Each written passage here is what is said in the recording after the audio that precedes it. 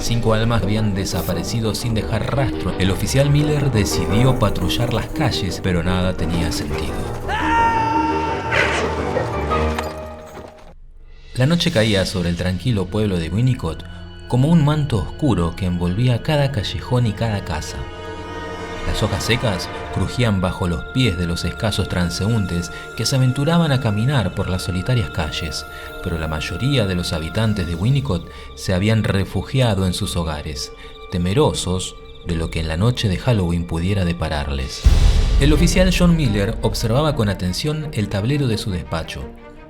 Las fotografías de los desaparecidos habían sido fijadas en una pared, formando una retorcida galería de rostros que parecían susurrarle sus secretos desde el más allá. Eran 5 en total, 5 almas que habían desaparecido sin dejar rastro en las últimas 2 semanas, 5 vidas que se habían esfumado en la oscuridad de las noches previas a Halloween. La primera en desaparecer fue Emily Parker, una joven de 17 años que había salido a una fiesta en casa de sus amigos. Su última comunicación con su madre fue un mensaje de WhatsApp que decía: «Mamá, estoy en camino a casa, no te preocupes». Pero Emily nunca llegó a casa. Luego fue el turno de David Turner, un hombre de 35 años que había salido a comprar caramelos para los niños que vendrían a pedir dulces la semana siguiente. Su esposa lo esperaba ansiosa, pero David nunca regresó. La bolsa de caramelos quedó esparcida en la entrada de la casa.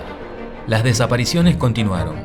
Una pareja de ancianos, los Anderson, que habían vivido toda su vida en Winnicott, se esfumó sin dejar rastro mientras decoraban su porche con calabazas y velas.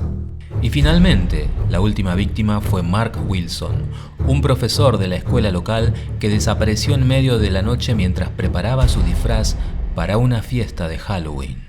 El oficial Miller se pasaba las noches en vela, revisando una y otra vez los informes de los casos, buscando cualquier pista que pudiera llevarlo a la verdad. Pero nada tenía sentido. No había conexiones entre las víctimas ni patrones evidentes que pudieran guiarlo en su investigación. La noche de Halloween finalmente llegó, y Winnicott estaba sumido en un silencio inusual. Las luces de las casas permanecían apagadas y las calles estaban desiertas.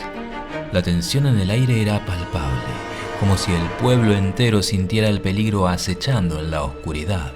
El oficial Miller decidió patrullar las calles esa noche, esperando encontrar alguna pista, algún indicio de lo que estaba ocurriendo en su pueblo.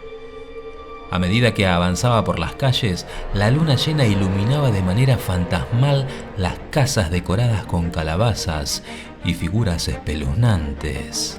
Mientras se adentraba en el parque central, sintió como un escalofrío recorrer toda su espalda.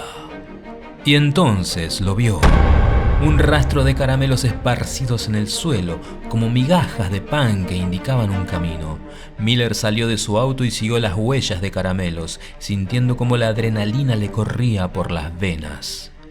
Los caramelos los llevaron hasta el viejo cementerio del pueblo, un lugar que siempre había sido evitado por los lugareños en la noche de Halloween. El oficial Miller dudó, pero finalmente decidió entrar al cementerio mientras su linterna cortaba la oscuridad de manera intermitente. Y allí, entre las tumbas cubiertas de musgo y las lápidas agrietadas, vio algo que heló su sangre.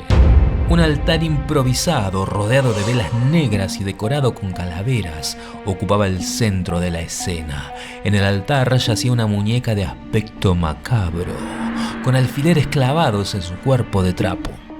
Mientras Miller observaba el macabro altar, un susurro comenzó a llenar el aire. Un susurro que parecía provenir de todas partes y de ningún lado a la vez. Eran suaves voces, suspiros agónicos que se mezclaban en un coro siniestro. Ofrenda, ofrenda, la noche de Halloween, ofrenda. Era como estar atrapado en una pesadilla. Miller retrocedió lentamente, con la mirada fija en el altar, cuando de repente Una figura encapuchada emergió de las sombras. El miedo se apoderó de él cuando vio los ojos vacíos y brillantes de la figura, ojos que parecían contener la oscuridad misma. La figura habló en un susurro que perforó los huesos de Miller.